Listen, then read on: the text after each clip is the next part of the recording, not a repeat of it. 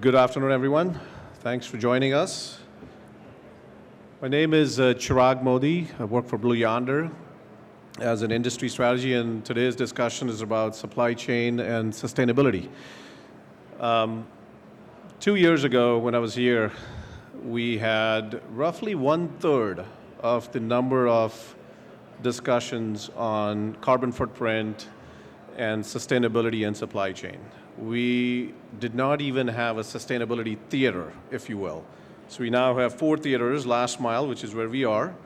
We have sustainability theater, and the usual one, which is transportation and logistics. But to give you a perspective there, we never had this discussion, to the extent we are having right now. And we felt like this was a good, apt topic for all of us to talk about, and for you all in the audience to kind of know about what we have been up to, as well as the industry in general, and where we are headed with these topics. So again, my role at Yonder is industry strategy and thought leadership, and that's really what we'll be talking about today. And thought leadership doesn't mean it's not existent, just to be clear. Everything we're talking about here has actually been working out pretty well. I'll pass on the mic to Saskia next for her introduction. Hello, everyone. Thanks for joining. I'm Saskia Van Ghent. I'm the Chief Sustainability Officer at Blue Yonder.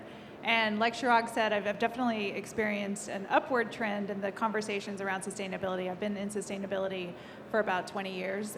This is my first job in software and supply chain, but before that I've been leading sustainability in retail and consumer product company, really on the implementation side, and looking forward to the discussion. And hi everyone, my name is Patty Riedel. I'm with Accenture. I lead Accenture's supply chain team across North America. Been working across the supply chain, including manufacturing, for better 25 years now.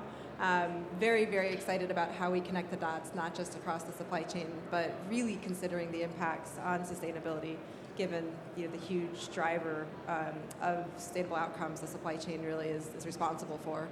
You're probably asking what is the connection between Accenture and Blue Yonder? So Blue Yonder is one of Accenture's largest supply chain technology partners, and recently we embarked on a really exciting journey called Good Quest.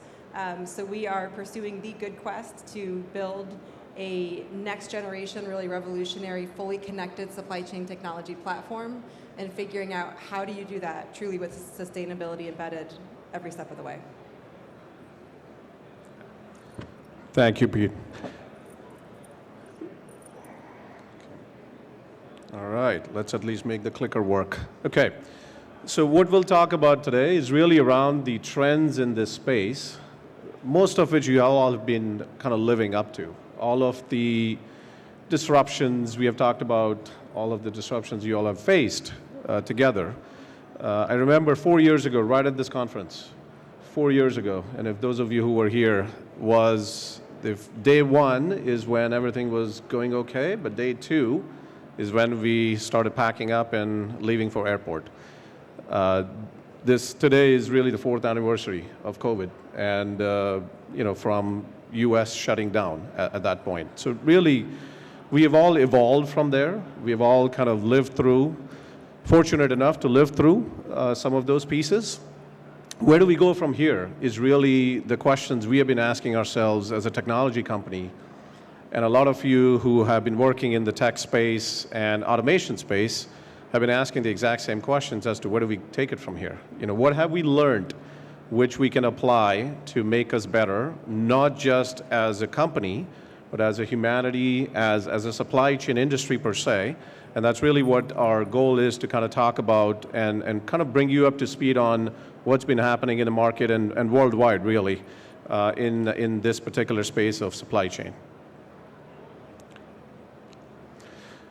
So a couple of years ago, I guess, my daughter asked me a question about one of her gifts not showing up on time, and she blamed me for it. She's like, "Daddy, you work in supply chain. Why is my video game not showing up?"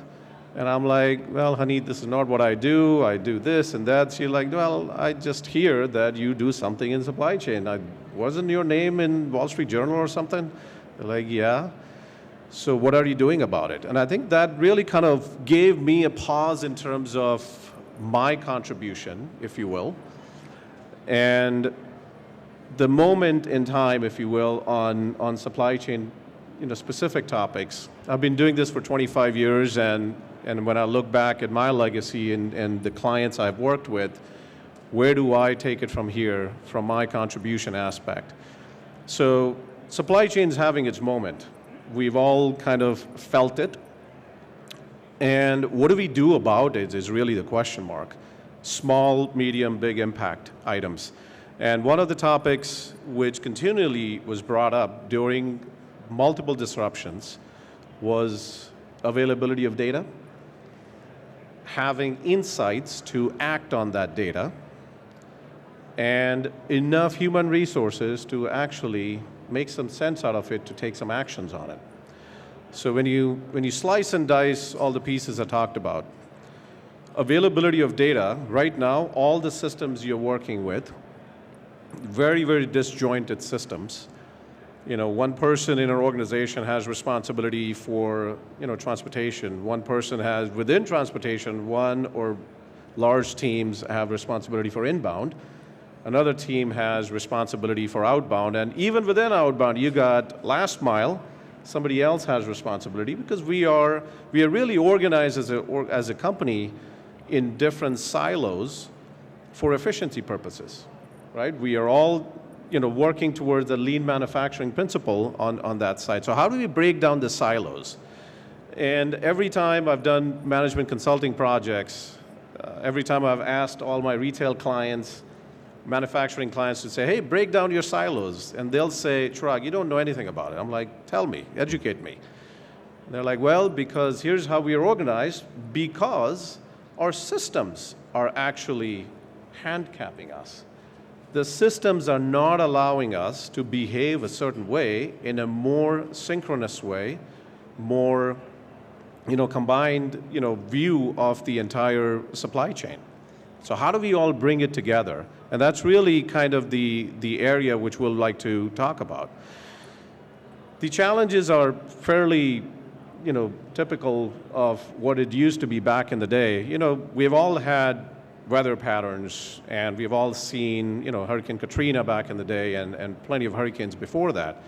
We've all seen inflation back in 80s and 90s, right? So none of what we are facing here is, relatively speaking, new. And I think Patty will talk a little bit about how intense it has become since then.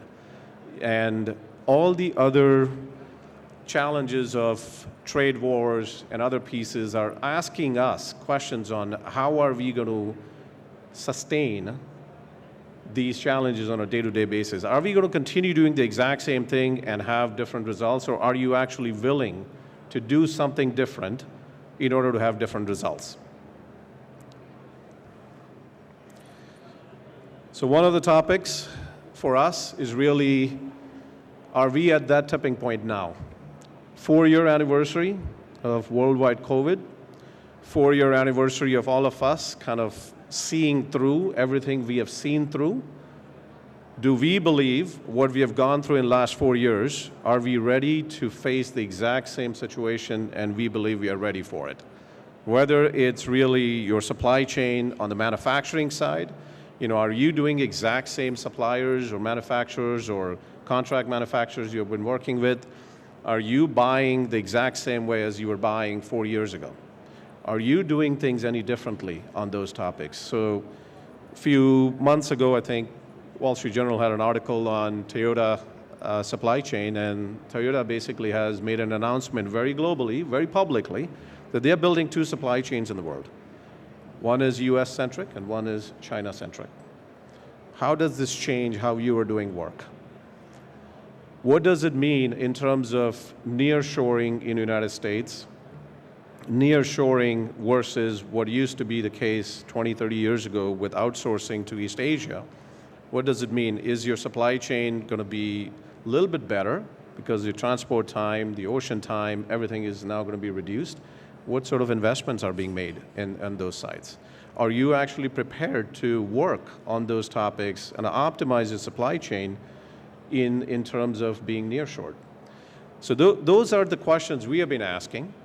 And when we ask about weather-related questions, all the inflation and labor availability, and honestly, a very strong demographic shift. How people work is completely different now than what it used to be before. And, e-commerce is now a household thing to do. 20 years ago, that wasn't the case. So we are looking to break down some of these silos from system perspective, from Blue Yonder aspect.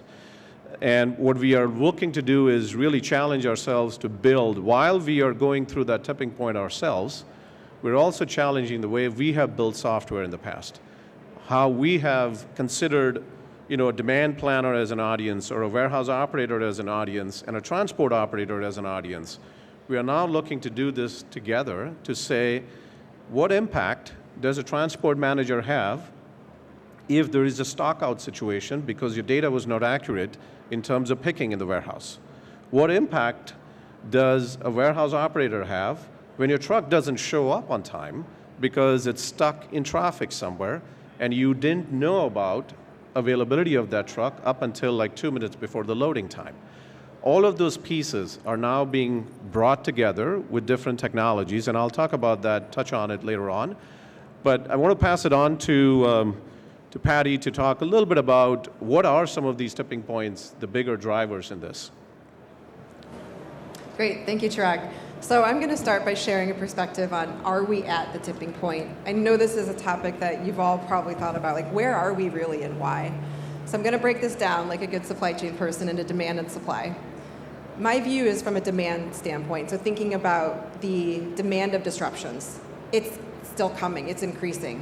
We're not seeing, as you can see, in this visual, a lessening of disruptions such as political conflicts, inflation, which isn't even on here, but not only the up, but also the down. How does that impact your supply choices? Workforce challenges, right? Workforces are not increasing around the globe. So this isn't going to stop from a demand side. We're going to see that influx of disruption, I think. From a supply side, that's really up to all of us, right? We are the supply of figuring out how to deal with the ongoing disruptions. A couple of stats. Oh, I don't have the clicker, do I? A couple of stats to share. Not all of them are on the slide, so I'm gonna go off script a little bit here. So our research from Accenture tells us that only 7% of companies that have made commitments for scope 1 and 2 emissions will meet them by 2030. If you extend that out to 2050, that gets you to 18%. So it's a big gap. And we're thinking about this, of course, because we know that around 60% of all global emissions are driven by supply chains. And of course that number varies by industry, but it's a big responsibility as we think about what will it take for us as supply chain leaders, especially in the fulfillment distribution space, as we think about automation, which I'll talk a bit more about since that's why we're all here. What needs to be true in order to bring us closer to getting there? A couple more data points just as we put this into perspective. First of all, while over 70% of global CEOs agree that there is a challenge as we think about the opportunity to deal with sustainability, only 40% have committed to, only 40% agree that there is an issue with the workforce as we think about how that relates to a sustainable way of operating. So why is it that only 47% are investing in green jobs? Right, so we continue to see a little bit of a mismatch in the data between the demand and the supply. In terms of why, I want to share a little bit just around, what are the real, big rocks or barriers as we think about what's stopping us to take some of these steps. I think the first one is cost. We're all thinking about what do we need to do to transform our supply chains. Put on top of that, what do we need to do to transform our supply chains into a sustainable supply chain? Large companies are really talking about billions of dollars of both capital investment and operating cost investment on an ongoing basis. The second piece really ties into cost, which I'll frame as organizational synchronicity or alignment. Think about where all of you sit, probably in some form of a function that relates to supply chain. Is sustainability embedded in your function? I know in a lot of my clients it's not. They have shared metrics, but it's not actually set up so that you are going to your board and bringing a joint business case between supply chain and sustainability. If you are, then kudos. Is anybody doing that? Any of you going to your leadership teams or your boards and bringing a joint business case for investment in supply chain and sustainability fully integrated? Wow, okay. So that's a big deal because there's big dollars. The third piece is talent. We talk about talent a ton. I know on my team at Accenture, full disclosure, sustainability is not wired into the supply chain and operations organization. It's a very close connection. I have the head of North America Sustainability on my leadership team, and we're very close. We work very closely together. But even here, where it is so critical, to Accenture's brand to drive sustainable outcomes, it's still something that's not fully solved as we think about the training of talent across sustainability and supply chain.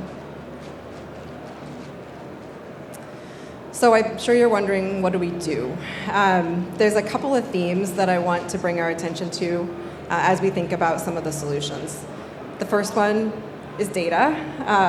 We talk about that, think about that a lot. There's a lot of work yet to do, I'm sure, in most of your worlds around bringing data to your supply chain in a way that's usable and efficient and streamlined and connected and trusted. As I think about it, how it relates to sustainability, the key is making data your friend to find the hot spots. So doing things like a green building audit, or even working to design your next building or to retrofit your current buildings with a green lens. Using data to show you where in your operations, not only do you have the biggest workforce impacts, but also the biggest energy consumption impacts. And this is something to think about as you're here today and the next couple of days, to ask questions of all of our partners on the floor and each other. What is unique and sustainable about your solution? Right? Where will it drive a difference so that you can make a fully informed choice?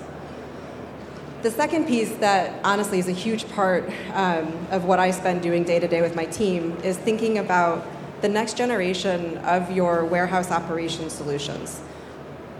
My view is nothing is going to be fully automated. I know there will be a few exceptions, but for the most part, we're thinking about how do we bring together what we call the human and the machine in order to get the right specific operational excellence and clear costs and operational outcomes from the future of your on-floor operations. This is something that is going to require, I think, a lot of time. It's not going to happen overnight. It's been happening for a couple of years, but there are so many choices and so many also requirements to connect those choices from a data integration standpoint, from a usability standpoint, from a worker interaction standpoint. All of that is going to be absolutely critical, and hopefully why you're all here to learn as well as you think about those choices with the sustainability overlay. The third piece that I think is very real is just how do you measure and how do you bring the right level of visibility to help you to measure more effectively to make more operational decisions. I think from what I've seen, for the most part, everybody is measuring scope 1 and scope 2, and actually scope 3 to a large extent. But again, it's oftentimes kind of on the side. It's not necessarily embedded into all the scorecards that you're probably looking at with your teams on a weekly and monthly basis. And maybe it is. I mean, I will say measurement is something that has been happening, especially where you get data from partners, and I'm sure you're all being asked by your customers for your data, that has pushed to bring this in a more visible way. But a lot more to come. So there's a lot to do. Luckily, technology is a huge enabler. So I'm going to pass it to Saskia to talk about how technology can enable these outcomes. Thanks, Patty. So we've talked a little bit about why we're talking about sustainability as it relates to supply chain, and just to overly simplify it, supply chain has been incredibly effective at getting products around the world, moving things really quickly, having access to abundance in terms of food and wealth. And the downside of that is that there is a correlated carbon footprint and waste footprint associated with that supply chain delivery. And what I'm excited about is how do we bring sustainability and sustainability solutions to the problems that have been caused by this acceleration of supply chain and globalization. So I won't touch on too much more of the statistics. We know that supply chain has an enormous impact. Let's get to some of the actions that we can all take to mitigate that sustainability impact. So not only have we all realized that supply chain has a huge impact, but there's a huge number of new regulatory pressures that have emerged because countries and governments have started to recognize that supply chain is responsible for climate and waste impacts. And they're starting to put regulatory pressure across the board. So you'll see from this map, no matter where you're operating, there's going to be a regulatory pressure. If you're paying attention to the SEC, just last week they finally released guidance. The sustainability nerds have been waiting for this guidance for a couple of years, but they finally released guidance that is requiring all publicly traded companies in the US to report Scope 1 and Scope 2 carbon emissions. So that's carbon emissions associated with buildings that you own, whether it be warehouses or manufacturing facilities or offices, as well as owned aspects of your supply chain. So if you own your own fleets and vehicles, that will also be included in your reportable emissions. So we'll start to see an onslaught of companies now needing to report their carbon emissions in the US in a completely different way. What I would really be nervous about if you're not prepared yet is actually the regulations that are coming from California. And in California, they're actually copying what's happening in Europe, which is a lot more stringent than what the SEC has recently released guidance around. Those regulations are requiring now 50,000 new companies to report their carbon emissions in a completely different way. There's also something called a carbon border adjustment that's being put in place. So if you're importing goods from a country that has really high carbon emissions, you're going to start to have to pay a premium on that import. So all this points to a need to have increased visibility throughout your supply chain, not just your direct operations, to get in front of those regulatory requirements. So this is the European regulations, and then just to touch on the California regulations, to put those on your radar. Those are going to be coming down the pike next year and then subsequent years. And the opportunity really is to turn all of the impacts that we're used to measuring in supply chain into sustainability benefits that will bring more resilience into your operations. What Patty was showing you and all of the different turbulations that we've all experienced over the past few years, the way that we can get in front of that is understanding the risks that we have in our supply chain. And the regulations are not only requiring that level of reporting, they're actually requiring you to disclose and look at the different risk points that are in your supply chain and showing how things like the effects of climate change, sea level rise, fires will be impacting your suppliers and your manufacturing locations. So with that visibility of risk, we'll also be able to identify how we should get in front of it and create more resilient supply chains at large. And then Blue Yonder, we are a software solution around supply chains from sourcing and planning all the way through now returns. We have customer returns as well. And we're helping companies take carbon and take waste out from every part of their operation end to end. So just touch on a couple of examples here. There's an enormous opportunity to use data and insights, and Chirag will touch on some of those technology aspects, but to really have better planning up front so that you avoid overproduction and waste during the planning process and manage your manufacturing planning so that you're sequencing things in a way that helps you minimize the amount of waste and water use and chemical use.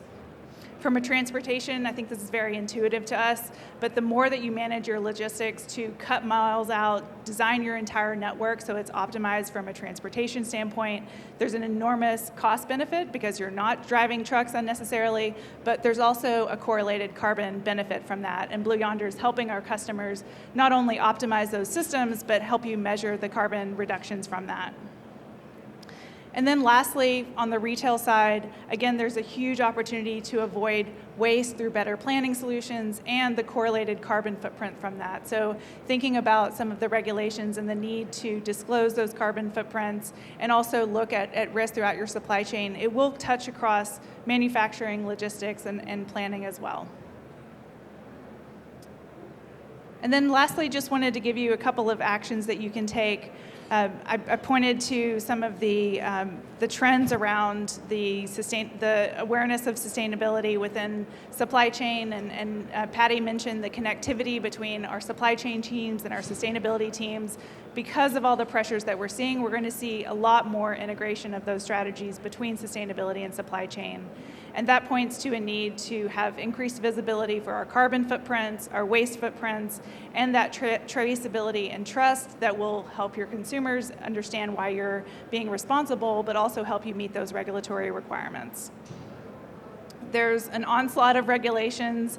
Unfortunately, if you're not prepared, you need to start getting more buttoned up around how you're having that visibility through your supply chain and the visibility to report to these new regulations. And it's really all down now to supply chain to meet those regulatory requirements. A lot of companies have already addressed the direct emissions that they can have from their own facilities, and now we'll be looking to supply chain to get some of those embedded emission and waste benefits. And then last one is there's really an opportunity to take some of the human error and human decisioning out through using technology, and Blue Yonder's been very effective at just creating automation and using data to inform how you can optimize from planning all the way through execution and returns. So really leaning into technology as a way to meet those regulatory requirements, but then also really improve and optimize and have just a more resilient plan in place. With that, I'll pass it back to Chirag to touch a little bit more on how technology can support that. So just a quick question, show of hands. How many of you have done network strategies recently? How many DCs you're going to need? How many buildings? What size? What material handling systems, etc.? Anyone more recently? So there are tools out there, right? I mean, a bunch of tools out there which does optimization on number of miles reduction, et cetera, et cetera. About 15, 17 years ago, with the very heavy focus on clean technology and solar panels and whatnot, the then government administration had actually given a lot more incentives out. And at that time, we had actually built a lot of the carbon footprint minimization as one of the goals for optimization. So one of the variables in the optimization is number of miles reduction, amount of cost reduction, etc. But along with that, we had also built in the software tool, greenhouse gas reduction or carbon footprint reduction. And we asked a lot of our clients, like, hey, how many times do you use this feature? And the answer was never. And this is, I'm talking about 15, 17-year-old tool with that maximization of benefit tied with reduction of carbon footprint. And I think this is the part, when they mentioned some of the feedback there, and one of the feedbacks was, hey, some of the data here is not that accurate, so we didn't want to make judgment calls based on the amount of data out there. Supply chain is really at the core a data problem, really. What we are solving for is how best to get quick, obviously real time would be best, and accurate data. And if you don't have that accurate data, you're not going to be able to optimize anything. Garbage in, garbage out. We have all used that term plenty of times in our careers. And so when we think through what technology has now gone through, forget about for a second that a lot of our customers are actually not using the feature we have given them. But when we fast forward in 2023, 24, one of the aspects which we have become a lot more in tune with is the cloud technology, where the data is available at your fingertips. Steve Jobs did a fantastic job when they created iCloud.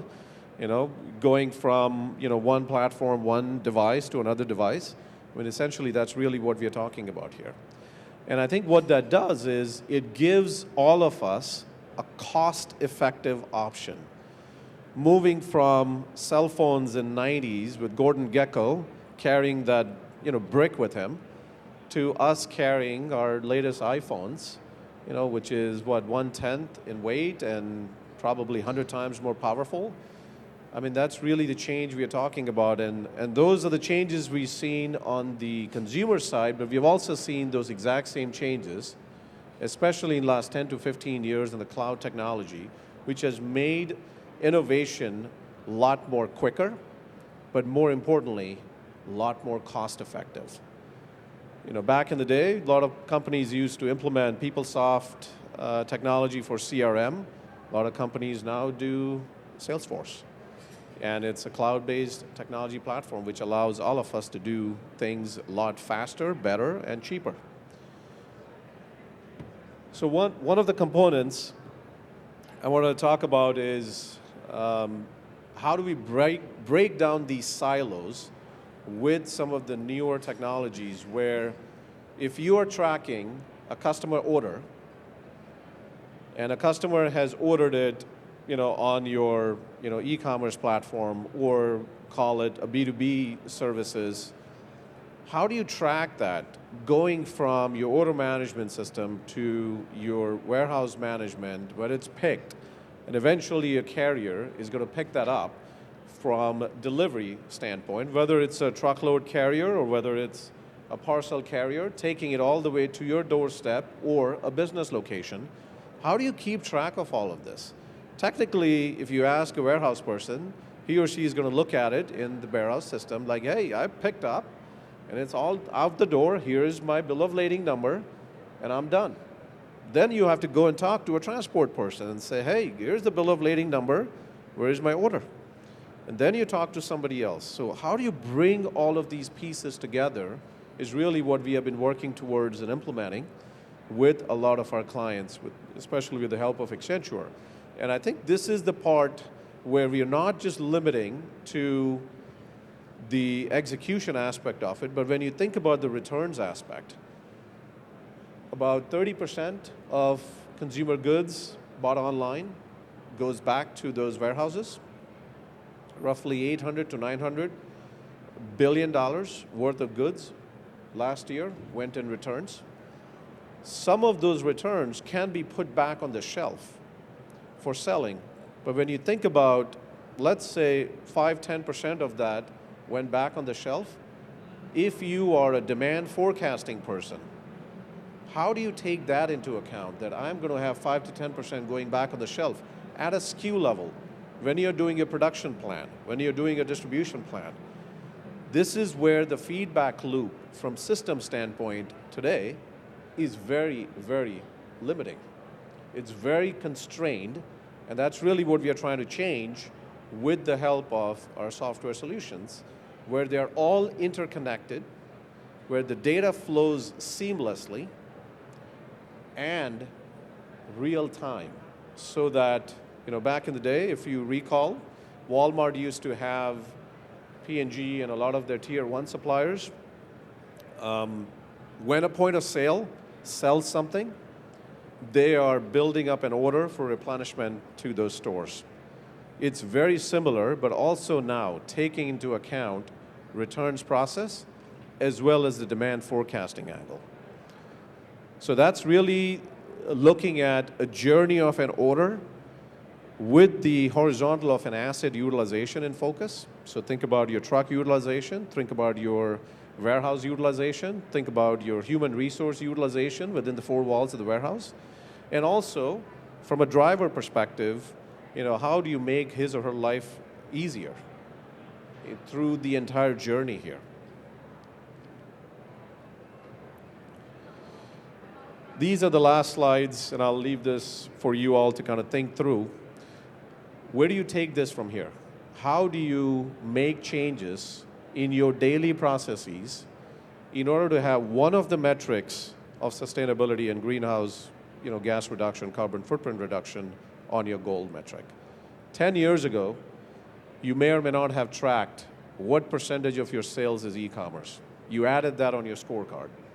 10 years ago, you may or may not have tracked what's my last mile performance for delivery. How much am I spending on my last mile cost? $5 to $10 is kind of a very normal number. Everybody spends on it. You probably didn't track that. This is an evolution from there to say we are now also going to track on our scorecard. And a lot of companies have been doing it already, but these are the early adopters. We're talking about a lot of companies in Europe and Canada. They have been at the forefront of these changes. And their VP scorecards and a business leader scorecard, one of the items in their comp package is greenhouse gas reduction.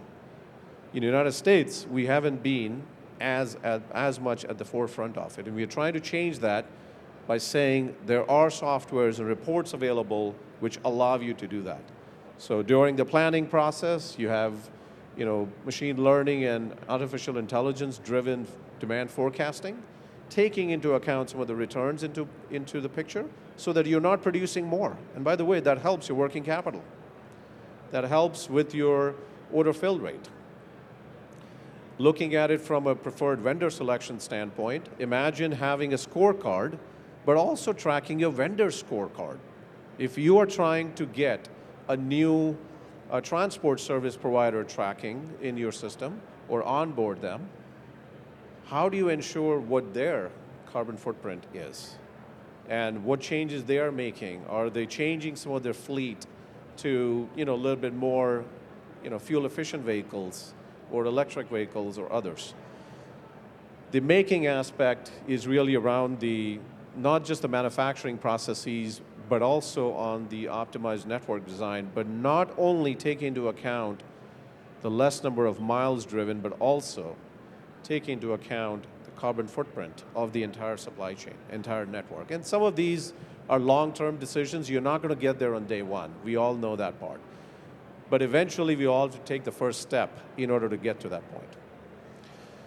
The last three pieces, really distribute, fulfill, and returns, is what I've talked through so far already, is really within the four walls, when you think about it.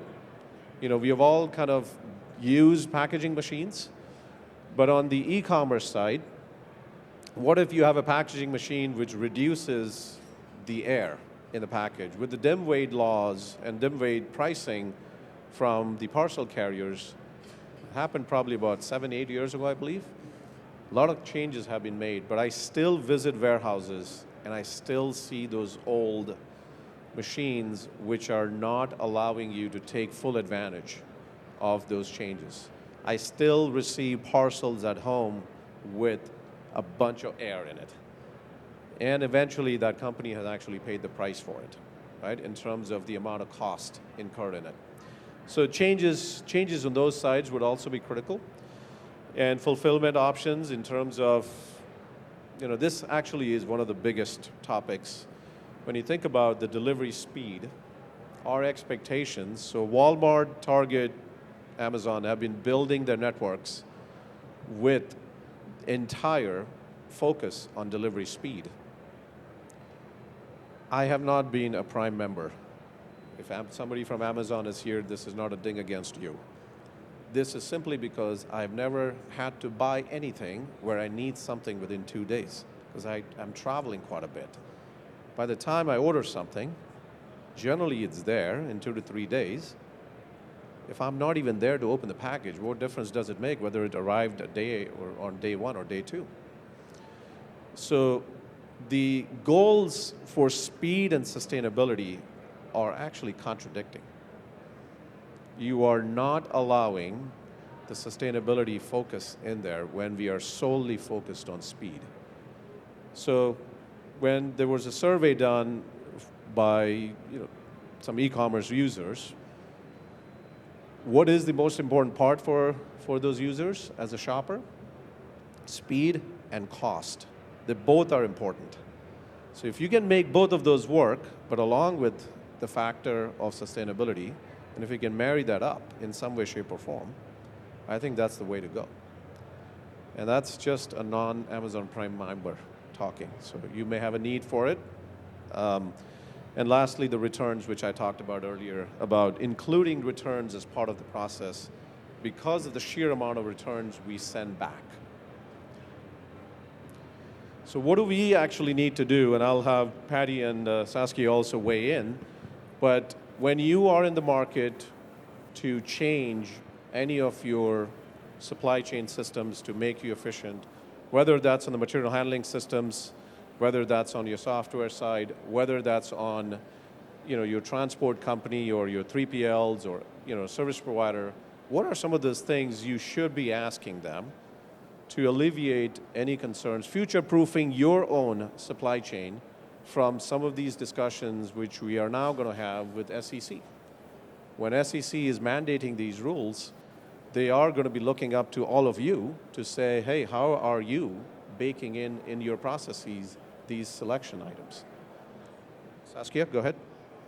No, just to underline that, I would literally ask how your partners and your suppliers are going to help you meet those regulations and be specific to where you're operating and rely on your partners to provide that guidance to you.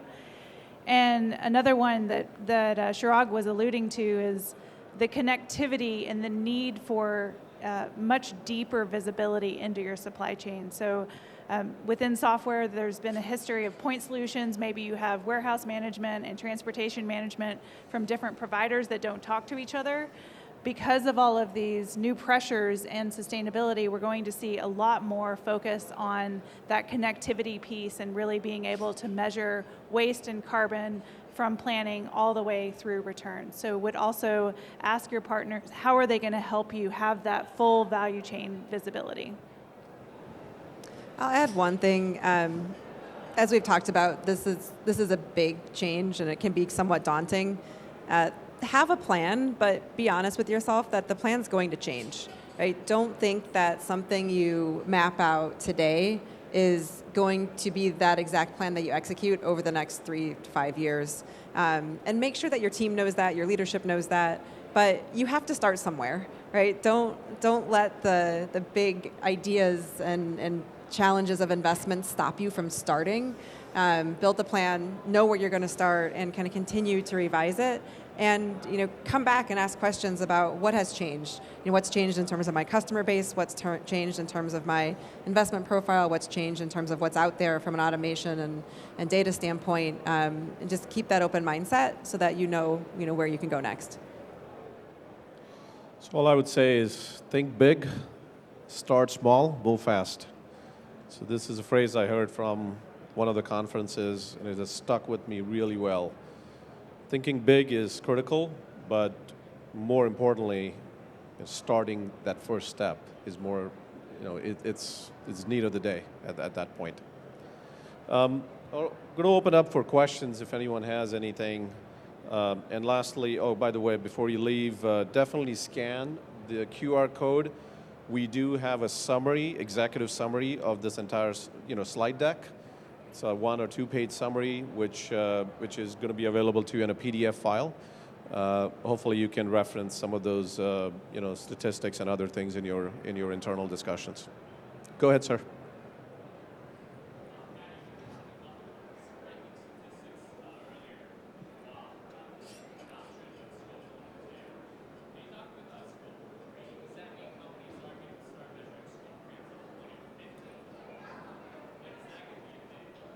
So the question is measuring scope 3, and when will that really become more prevalent?